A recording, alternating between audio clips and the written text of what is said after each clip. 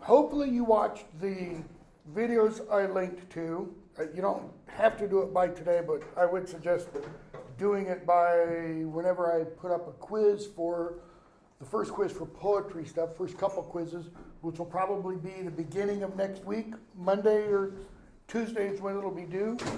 Give you a couple times after the drama exam. Not only because I go through the terms that you need to know, because there are a bunch of terms I'm going to talk about, okay? But also because there are 2 or 3 poems in the course of those 2 classes that aren't on the syllabus that we go over. Those can be on those quizzes. They can also be on the final exam. Death of the Ball Turret Gunner, Dog's Death, and one of these, I would swear, Dog's Death is on the syllabus. And Those Winter Sundays by Thomas Hayden. Thomas Hayden? Yeah, I think it's Thomas Hayden. Those 3 poems you also need to read and know. I discuss them in those lectures. So for today, we're picking up with Robert Herrick, page 645 in the 11th edition, 812 in the 10th edition. First 2 poems we're going to do are Carpe Diem poems. Latin phrase just means seize the day. What does that mean, though? What are you doing if you're seizing the day?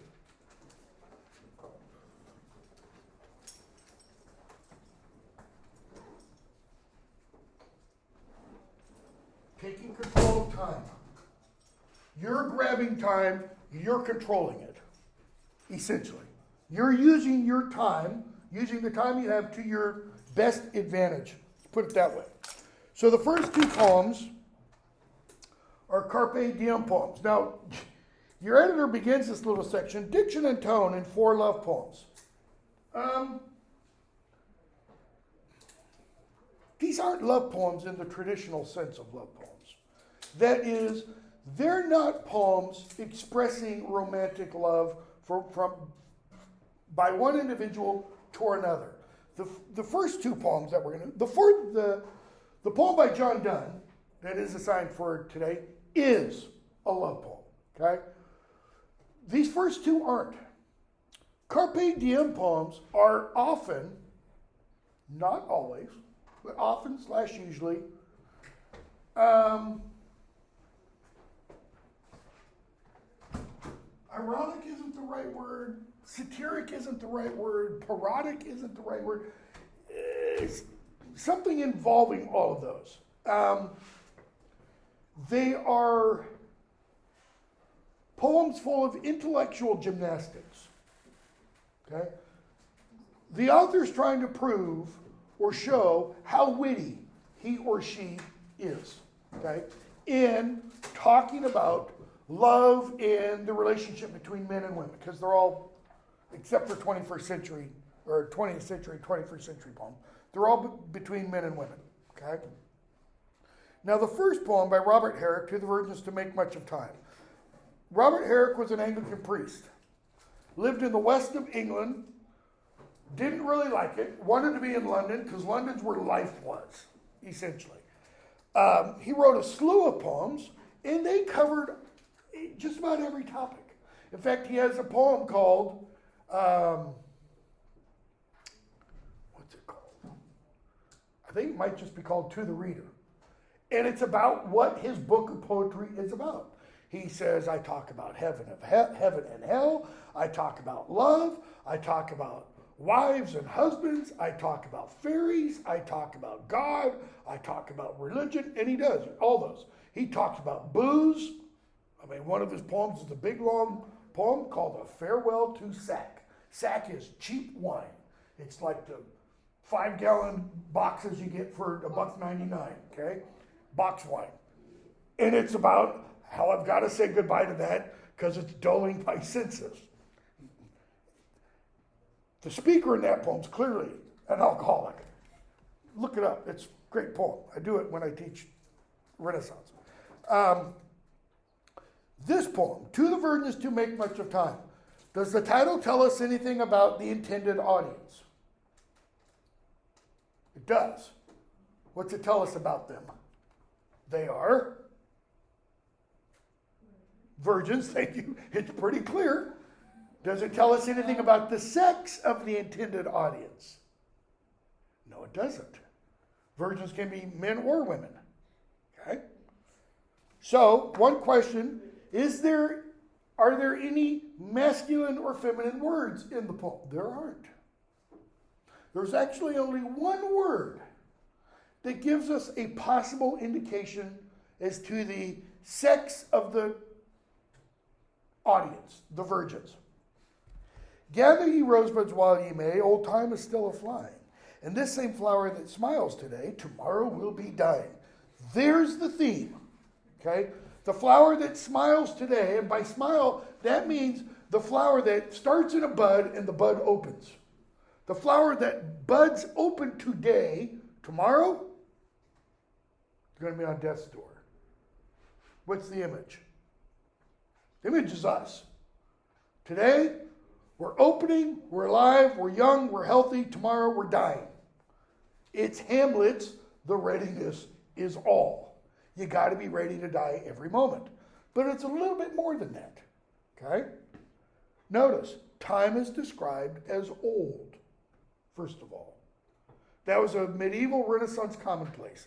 That the world was old and wearing down. Okay? We do know now, well, astrophysicists tell us this, that our sun is relatively old and is wearing down. It's probably, I think the estimate is, it's got about 4 billion more years.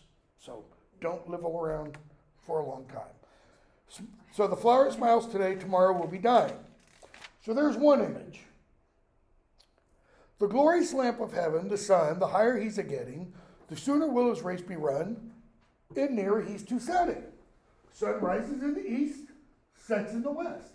The higher he's getting, we're told, the sooner will his race be run. Why? Once the sun reaches the PM, the prime meridian, what? It starts to set. We think, our impression is that this is a nice leisurely, it reaches noon and it goes slowly down. That's not the impression the poet is giving, or the speaker is giving. What the speaker is implying is once it reaches here, done. See, you guys are still on this side. Me, I'm dead man walking. I might as well be in the grave, because I've got 20 years maybe, 25 if I would say cursed. Some would say lucky. The higher he's a-getting, the sooner will his race be run, and nearer he's to setting. So there's the second image. Third image. So the first image, flower rising, blooming, dying. Second image, the sun rising, setting. Third image, that age is best, which is the first.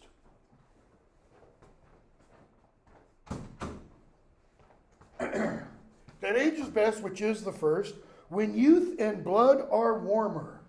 So let's just stop there, because that's an idea that is totally foreign to us. Again, a medieval Renaissance idea that when you are young, your blood is very fluid, like the water in this cup. Or, this image will work better, like bacon grease right after you fried that bacon.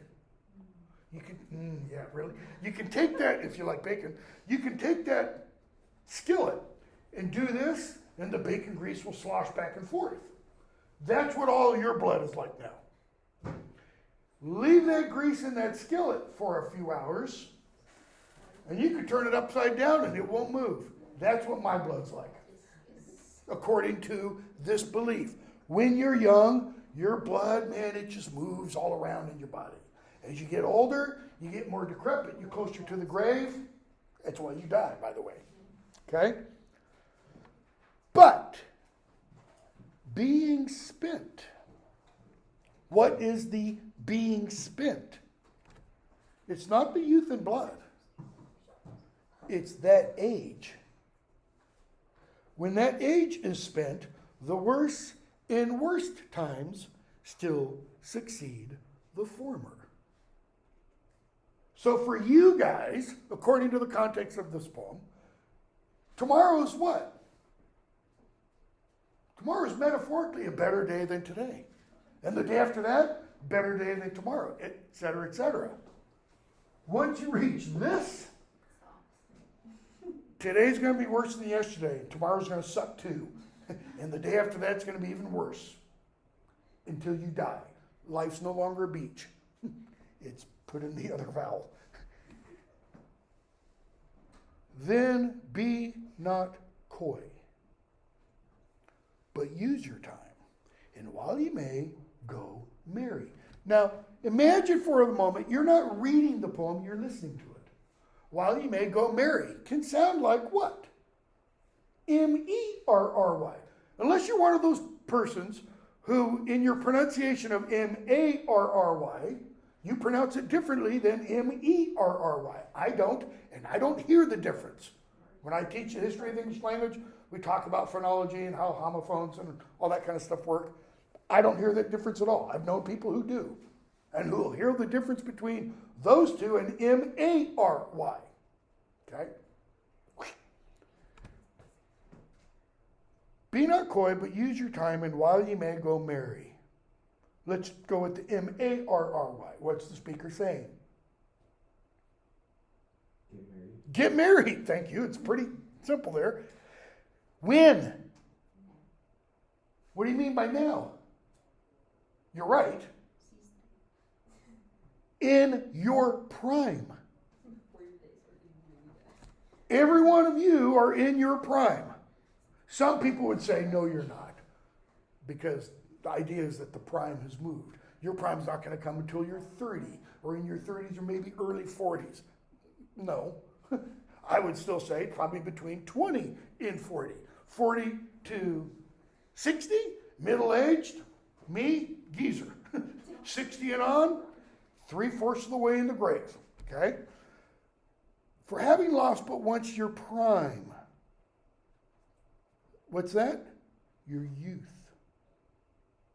You may forever tarry. But prime possibly could mean something else too. What's the one word that may give away the sex of the virgins? Anybody know? Are there any words in this poem that are used more for one sex than another? And I'm intentionally using sex, not gender. I hate the idea of gender. I don't use it at all. There's one word that's used primarily for women.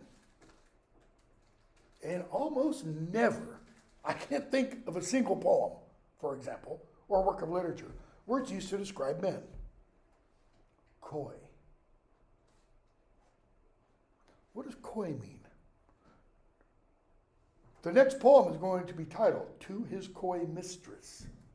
This, then be not coy, but use your time, and while you may, while you're able to, go marry. So what does coy mean?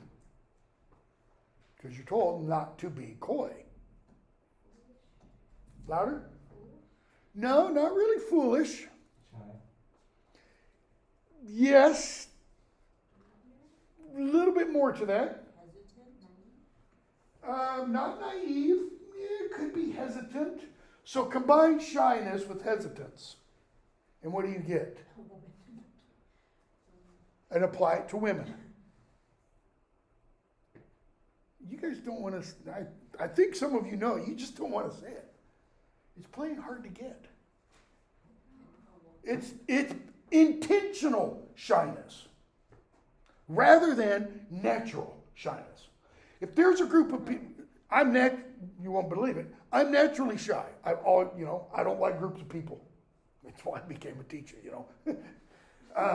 If I'm someplace new and there's a bunch of people sitting at a table and it's dinner time, lunchtime, nope, I'll go the farthest away I can, okay? This isn't that kind of shyness. This is, I know I've got something that others want, but I'm not going to advertise it, or I'm not going to put it out there, so to speak. I'm going to do what?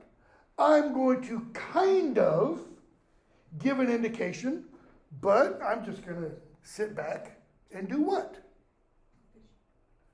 Make him, another metaphor that's often used for the same thing, fishing. What do? You throw out the bait. And this was used during the Renaissance as a description of Queen Elizabeth. Not many people did this because she would have you killed.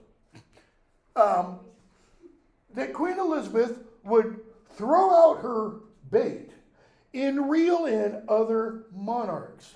She was the Virgin Queen. It's where we get our state, Virginia, named from. Okay? For example, Philip II of Spain, who was a bachelor. She was a virgin, unmarried, and she kind of gave indications. If the negotiations succeeded, maybe we could have a union. I would marry you, et cetera, et cetera. But she did that not only with Philip II of Spain, there were others. And so she would reel them in a little bit, get them interested, and then let them back out. That's being coy. So, be not coy. Why? Use your time. And while you may, go marry. Go get married. Here's the why. For having lost but once your prime. Again, what's your prime? What does this prime mean? First. What's your first? First age of life? Youth? So what happens when you lose your prime, your youth? Okay, I'm going to be sexist. All the women in here right now have youthful complexions. I don't see any wrinkles, for example, on any of you. Come back in 30 years. And I probably will, unless you have really good plastic surgeons. And your hair is more or less its natural color, unless some of you dye, but it's not gray. Now, there might be some of you, we can start, like we're nitpicking, literally, and find a few. My daughter's 23. She's got several. And my wife will be standing behind her, Naomi, shut up, Mom, kind of a thing. But it's also because she has really dark hair. Use your youthful what? Beauty. Why? Because if you don't, you may forever tarry. If you don't get married while you're young and desirable and hot and all that kind of stuff, you might never get married. It's the use it or lose it mentality. That's another way you could put seize the day or Carpe Diem. Use it or lose it. Okay? Now, do you really think that's a love poem? Is some guy gonna, you're in a bar with your girlfriends and some guy sidles up next to you and he pulls this out and tries it on you? Successful? You're gonna go off for the one night? Probably not. If you have one, you're probably gonna stick a shiv in his ribs. Okay? It's not meant to be. It's not really a love poem. Okay? The next poem, To His Mistress. I'll warn you right now, this isn't a trigger warning because I don't believe in trigger warnings. It's got a disgusting image. Especially for women. It's just foul. And once you could even say, it probably shouldn't have been written. But Marvell does this to accentuate this idea. Okay? Now the poem, To His Mistress, has 3 sections. They're not stanzas, but it's divided into 3 parts. The first part begins with a subjunctive. Had we but world enough in time. What does the had we but mean? We don't. We don't have world enough, big enough world, and we don't have time enough. Right? Why have I had to send out this revised syllabus with everything scrunched up together? Because we don't have time. Because I don't shut up talking about other things like I ought to. So, that's the first part. The second part is, but at my back I always hear, and it talks about eternity. So here, we don't have enough time. Once you're in eternity, what do you have? Page 647 in the 10th edition, 11th edition, 814 in the 10th edition. In eternity, you have what? Eternity. E, outside, time. You got all the time there is. Third section is now. Now. Okay? Start with the first part. Had we but world enough in time, this coyness lady were no crime. So we've already talked about what coy means, right? Playing hard to get. Being intentionally shy. You know, I looked up to see just what the dictionary definition was. This is from the online Merriam-Webster's, which is really a pile of heaping, smelly, etc. Marked by cute, coquettish, or artful playfulness. How many of you use the word coquettish in your everyday? Yeah, that's what I thought, okay? Using coy tricks to attract attention.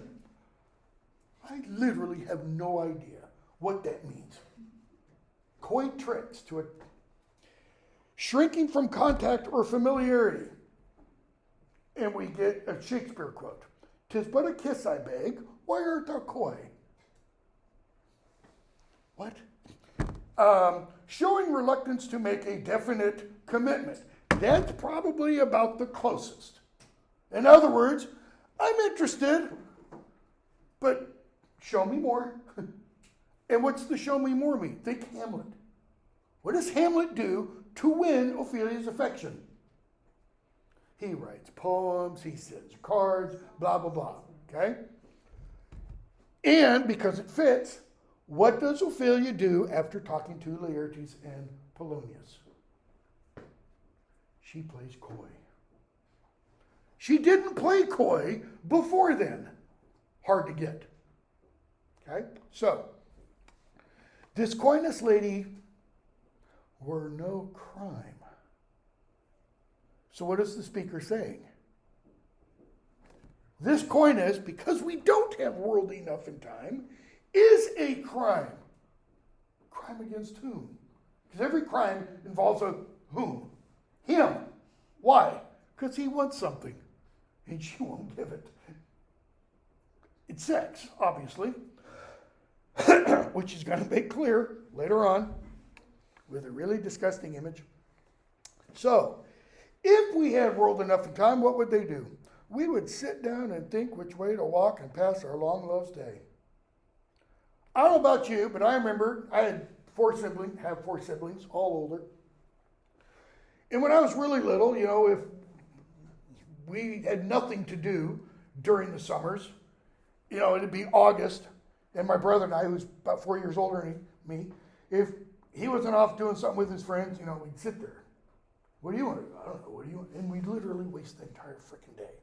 What do you want to do? That's what the speaker's saying. And we could do it for how long? Our long love's day, if we had all the time in the world. So the speaker then gives another example of what they would do. Thou by the Indian Ganges side, the Ganges River, shouldst rubies find. So she'd go over to India, sit by the river, and dig up rubies for all eternity. Meanwhile, he would sit by the Humber River in northern England and complain. Complain doesn't mean, oh, I wish she was here.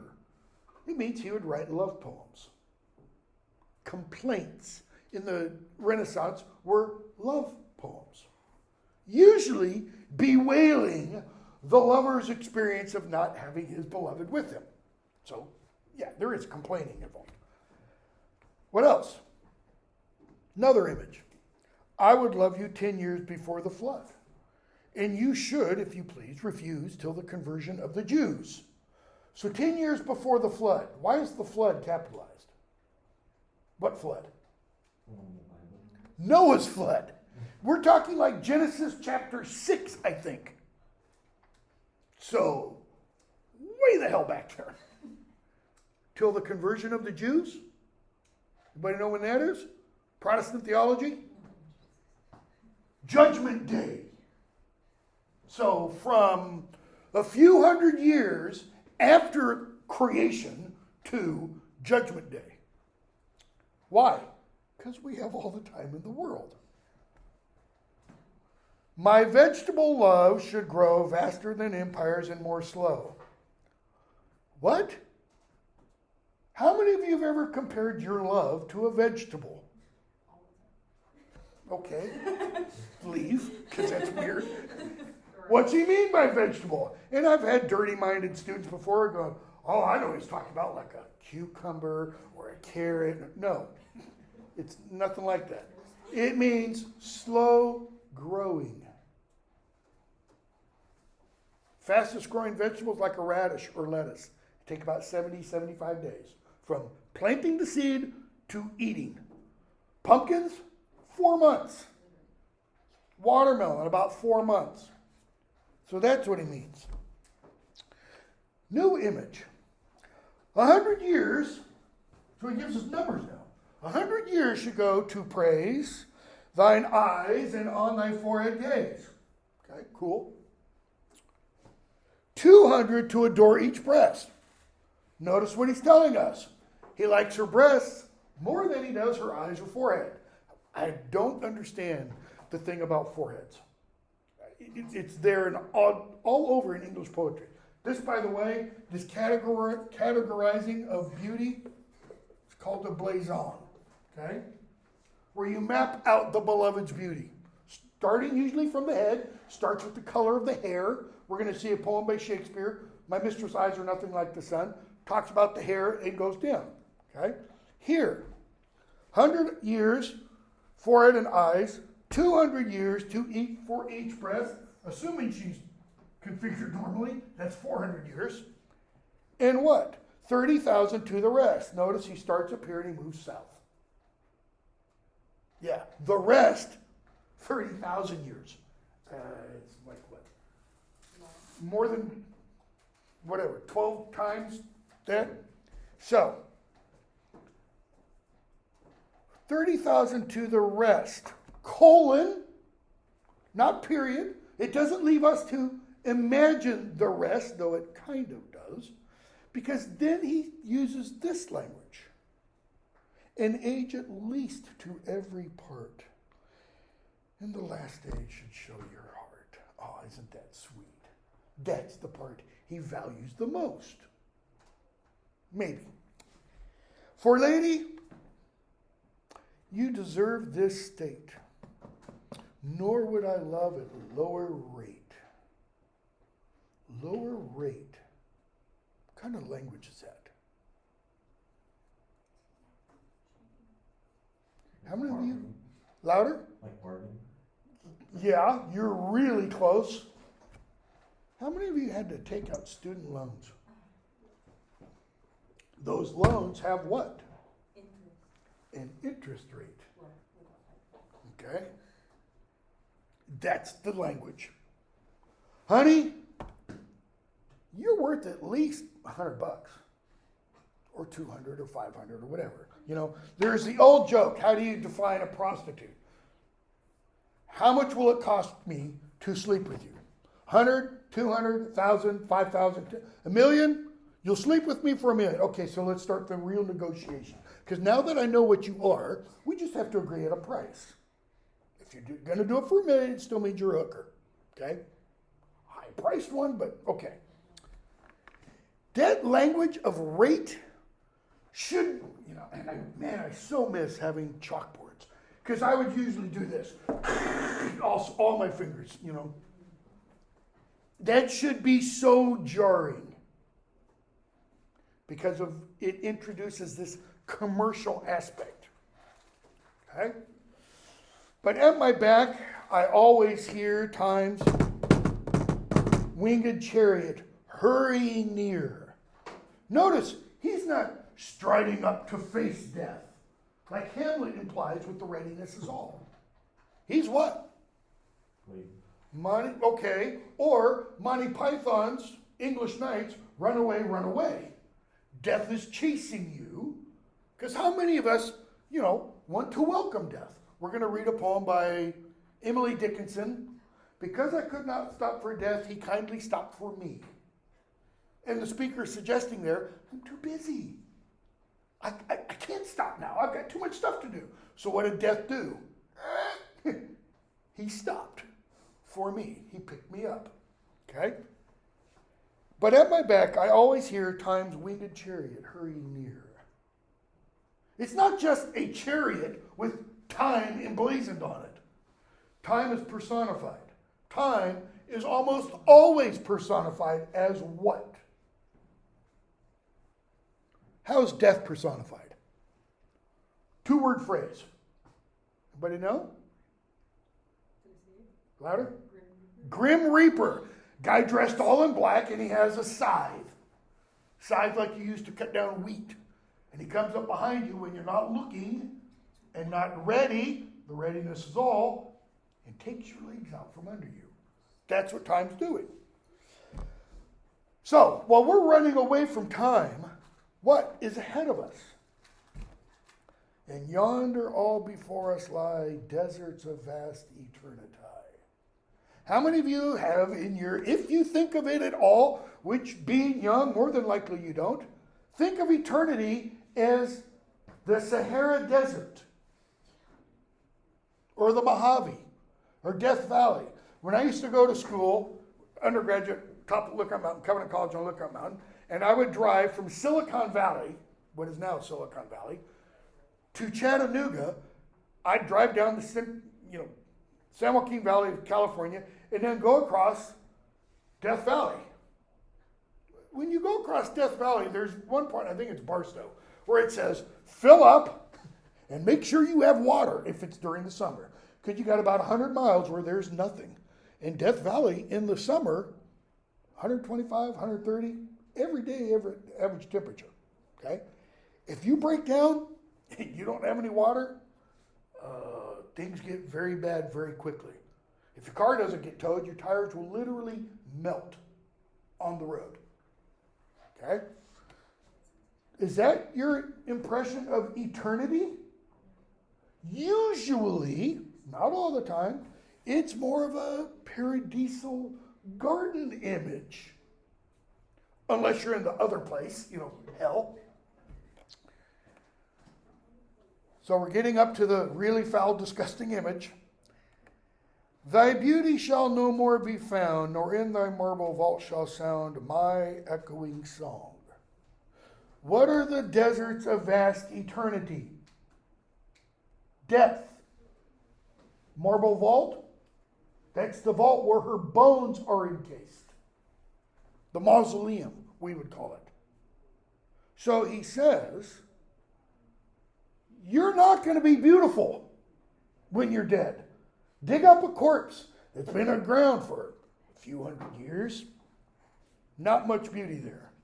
Nor in thy marble vault shall sound my echoing song.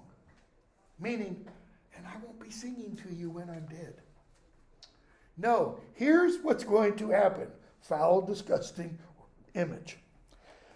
Then, in those deserts of vast eternity, then worms shall try that long preserved virginity, and your quaint honor turn to dust, and into ashes all my lust. Worms will go in and out of what you didn't let me go in and out of. Try means prove, test. In other words, worms are going to see whether or not you were a virgin. That's really disgusting. And this is called a love poem? No, just misogynistic love poem maybe. Okay? In your quaint honor. Quaint. We don't use the word quaint very often. If it's used, it's like, somebody does something, or you see something like a doily. And you go, oh, that's quaint. A doily. Why? It's finely, delicately made. So, fine, nice, not meaning, oh, that person's gentle, but nice meaning delicate, fastidious, scrupulous. All right? Those are all various meanings for quaint. It comes from the Middle English, quainta. All right? Chaucer's Canterbury Tales, which one? Miller's Tale has a character named Nicholas. He's almost always called Henda, Hende, Nicholas. Henda can have two almost radically opposed meanings. One of those is gentle.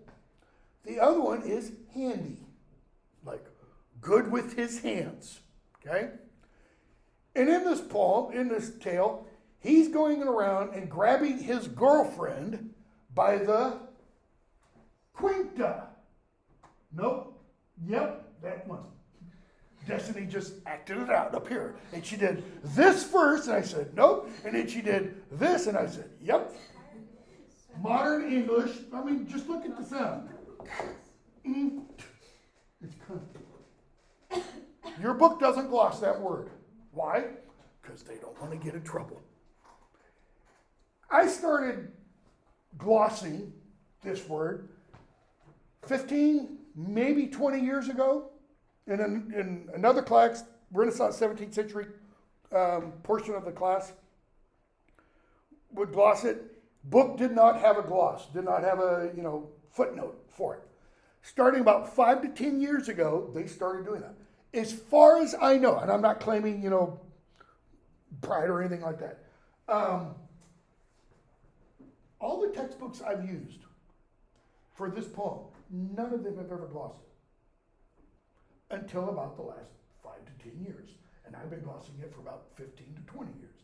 I don't know if somebody, and I have actually corrected a couple of the texts by this publisher. Not this publisher, the publisher of this other book. I've sent in things where they've had just wrong information.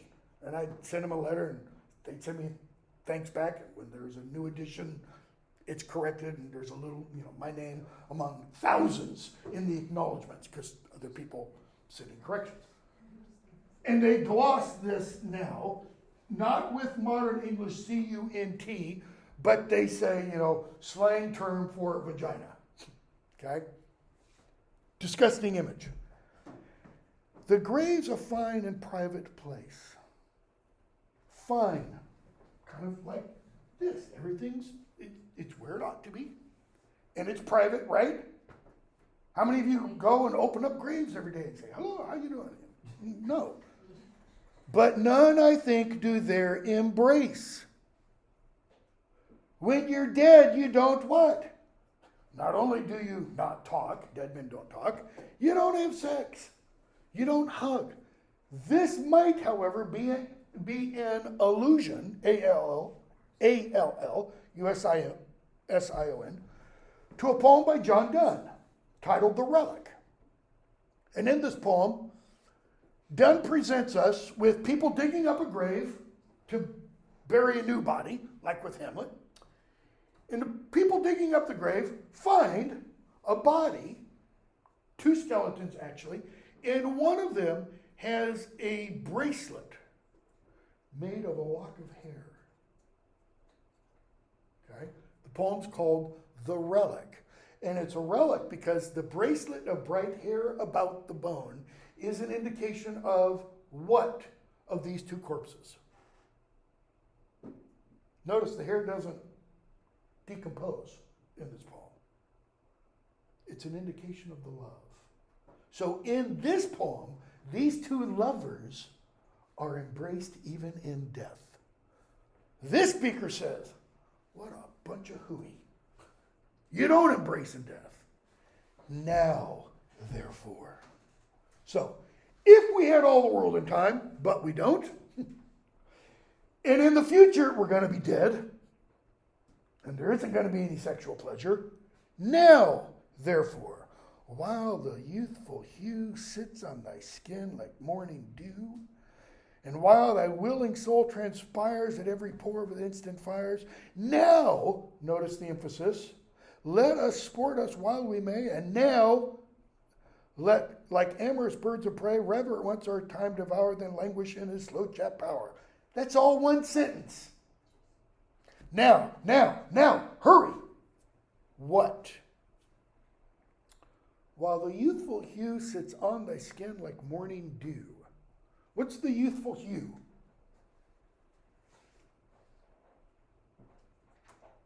like image I used earlier for to the virgins to make much of time. I'm going to be sexist. I look around all the women's faces in here, and your complexions are all young. They're smooth. They're clear. None of you are old and wrinkled. That's what he means. Why? Because your complexions are like, it's no longer out there now, the dew in the grass in the morning. What happens when the sun comes up? It evaporates. What happens when you hit here? You get old and saggy and wrinkly, and your hair turns gray, it starts falling out. That beauty will go away. And while thy, big assumption here by the way, while thy willing soul transpires at every pore with instant fires. Have you ever heard of pheromones? What are they? You're both nodding your head, so you... It's the scent that attracts the opposite sex. Okay? Supposedly humans, we know dogs have them, and other animals. Supposedly humans have them too. I have no idea the validity of that. But what's the speaker saying about her? What has he said about her? While thy willing soul transpires. What does willing soul mean? Wants. Keep going. Who wants who? You want me. I know you do. The speaker is saying that to her.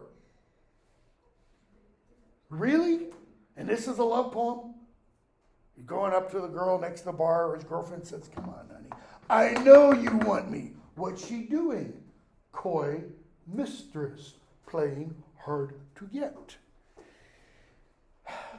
That soul does what? It transpires. It breathes out through her pores. Maybe she just needs a bath. Now let us sport us while we may. That is, let's play. And now, third now, like amorous birds of prey, rather at once our time devour than languish in a slow chat power. What? What's a bird of prey? Give me an example of one. Hawk, eagle, falcon, kite. Amorous birds of prey. Too much information, right? Renaissance idea about how birds of prey mated. Probably more information than you want to hear. Male and female bird would fly way up in the air, like a mile high. Okay? The male mounts the female and they stop flying. Yeah, what? So they're mating in their, since they're not flying anymore, they're dropping. And the female's going, hurry, hurry, hurry. Doing what to time? Trying to beat it, before they splat. That's what is meant by now like amorous birds of prey, rather at once our time devour than languish in his slow chapped power. Your gloss for slow chapped, slow jawed. What does slow jawed mean? Nope. See, the very fact that you gave that reading means that gloss is useless. Slow chapped means slow chewed. Your lips are your chaps. Slow chapped. Time does what?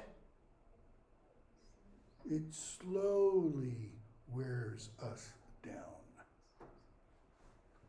The Smokies are the Rockies, but several billion years older, or million possibly, years older. The Smokies at one point were all sharply tipped like the Rockies and the Sierra Nevadas are. But time has worn them down. Time eats everything away slowly. So, let us roll all our strength and all our sweetness up into one ball. Let's you and me, the speaker says, become one. Let's get so entangled. Go look at pictures of the Kama Sutra if you don't understand. And tear our pleasures with rough strife through the iron gates of life. Okay? A lot of people, there's been a lot of criticism about what in the world is he talking about, the iron gates of life. Nobody really knows. Some have suggested it's a reference to the game of croquet. You know, where you have the little iron hoops, and you have to hit the ball through the hoop, and you get to the end and you hit the stake, and the one who goes through the stake, through the hoop at the end and hits the stake, that's the winner. Okay? Could be, or it could just be gates of life, death. Book of Job mentions gates of life, for example. But what's the tear our pleasures with rough strife? I had a student once write a paper, largely at that line, looking at this poem, but argued that that line refers to bondage and sadomasochism. And I was like, no, just don't go there at all. It doesn't, okay? The rough strife, sex, is what's being talked about. Why? Thus, though we cannot make our sun stand still, an allusion to the book of Joshua, when Joshua prays to God, they're attacking the city of Ai, and God stops the sun. Sun stands still, gives them time to defeat the inhabitants. Though we can't make our sun stand still, yet we will make him run. How do you make the sun run? What do you do with time? You eat it up. What's he saying? Let's get busy. Let's go have sex. And have more sex, and have more sex, and have more. Carpe Diem poems are almost entirely about sex. They're Roman. It goes back to ancient Rome, okay? The genre does. Okay, go from there to, where is she? 690, real quickly. It's a poem not on the syllabus. It's only 4 lines. But I want to do it just because it's so stark and startling. Cover the second 2 lines. Just look at the first 2. Page 690. You fit into me like an eye into it, like a hook into an eye. Now, most guys don't have a clue what that's talking about. Most women do. Why? What hook, what eye? The hook and eye on the top of a dress, above the zipper. The hook and an eye on the back of a bra, the strap. The hook and an eye, the top of a skirt. Most guys don't wear skirts, bras, or dresses, okay? But that image, just those 2 lines, according to those items of clothing, it's perfect. The one is made for the other. And then you get the next 2 lines. A fish hook, an open eye. No, ouch.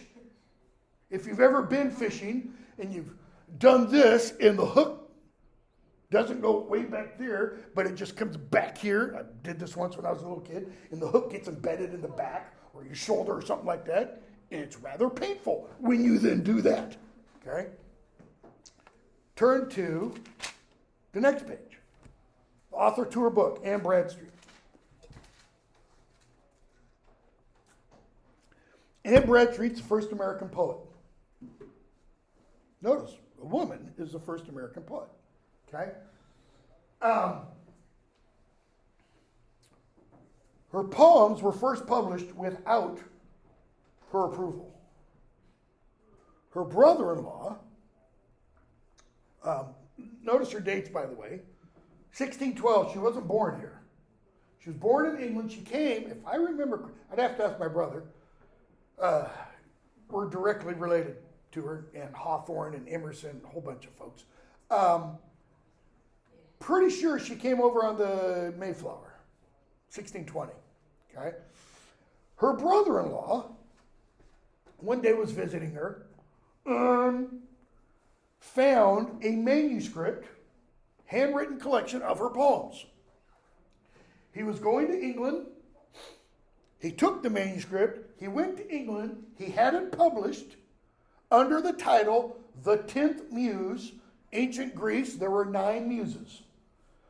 A muse for epic poetry, a muse for lyric poetry, a muse for comedy, a muse for tragedy, a muse for history, and I don't remember what the other 4 were. Okay? So there were 9 of these muses. These were goddesses of writing. The 10th muse. Her brother-in-law says she belongs up there. Publishes the book. The book gets brought back to America, not the United States yet. She then republishes it, or it gets republished, and she has this put in it. Or she writes this and it gets put in, because I don't remember if, you've got the date 1678 for this poem. She died in 1672. So this is 6 years after her death. She must have written this poem, affixed it to the beginning of the manuscript per se, and published it before she died, or it gets published after her death. I don't know the exact particulars of that. The entire poem is an extended metaphor. Okay? If you watch those 2 videos, we talked about extended metaphors, etc. What's the extended metaphor? The book is child. The individual poems within the book, children. That's the metaphor. She's comparing her poetry with children. So, thou ill-formed offspring of my feeble brain, who after birth didst by my side remain, till snatched from thence my friends less wise than true, who thee abroad exposed to public view. Ill-formed offspring of my feeble brain. I just ain't a very good poet. My brain's feeble. I'm not smart enough. Okay? Remained by her side, and the implication is, and I think the story was, she didn't share her poems with anybody. She kind of kept them hidden. Brother-in-law finds them. Snatched from thence by friends less wise than true. True meaning faithful and loyal to her. How so? Because he thought people ought to be reading these. But it wasn't wise. Why? Because there were problems with them. Who thee abroad exposed to public view. Made thee in rags halting to the press to trudge. Where errors were not lessened, all may judge. Rags refers to 2 different things. One, the clothing of the children, that is, the appearance of the poems, rhyme scheme, all that kind of stuff. And 2, some scholars have said, the kind of paper they are printed on. Most books at this time, 1670s, 17th century, are printed on cotton paper or linen, not wood pulp. Wood pulp doesn't become used until much later, late 18th century is when it starts, and then the 19th century is when it really becomes big. Okay? Where errors were not lessened, all may judge. And she's talking there about the process of going from manuscript to printed version. Because manuscript is handwriting, sometimes the person doing the printing can't read the handwriting and looks at a word and says, I'm going to say that this is, to use the example I used from Shakespeare, solid, when the manuscript might have read sullied. So an error creeps in. Happens all the time. That's why there's a whole branch of literature called textual criticism, to try to determine what the original writing was or what the original intent was. At thy return, my blushing was not small. That is, when the printed book came back into her possession. She's ashamed of it. Why? My rambling brat in print should mother call. The 10th Muse by Anne Bradstreet. I cast thee by as one unfit for light. She was given a copy, and she stuffed it in a drawer. Thy visage was so irksome in my sight, yet being mine own, at length affection would thy blemishes amend, if so I could. Well, how do you amend a blemish in a child? Get a new one? No. Blemishes are usually like dirt. Well, you get a rag, wipe them off. That's what she tried. I washed thy face, but more defects I saw, and rubbing off a spot still made a flaw. Have any of you had an exam? I had this happen. Maybe I was just, stupid. No, I definitely was stupid. As a little kid in school, and you go to erase something, and you erase and erase and erase, and you have a big hole in the paper. That's what she's getting at. And rubbing off a spot still made a flaw. I stretched thy joints to make thee even feet. Maybe she's trying to write iambic pentameter. 10 syllables. Ba-bum, ba-bum, ba-bum, ba-bum, ba-bum. That kind of meter. But she had 9. It's deficient. So she had to stretch the joints to make it 10. Or maybe it's supposed to be 8, whatever. Okay? I stretch thy joints to make thee even feet, yet still thou runs more hobbling than is meet. That is, but I still couldn't get it right. In better dress to trim thee was my mind. I wanted to make better clothes, better appearance. But she couldn't. Why? Because all she had, she says, was homespun cloth. All of Bradstreet's poems are about basically everyday, ordinary experiences of a woman living in Puritan New England. They're about her husband, they're about her children, they're about her house, they're about her garden, they're about her house burning, they're about her children dying. Okay? And I'm pretty sure her husband's death. So, we'll stop there. We'll pick up the last 4 lines or so, and then get to the other things on the syllabus. Don't forget the exam due Saturday night.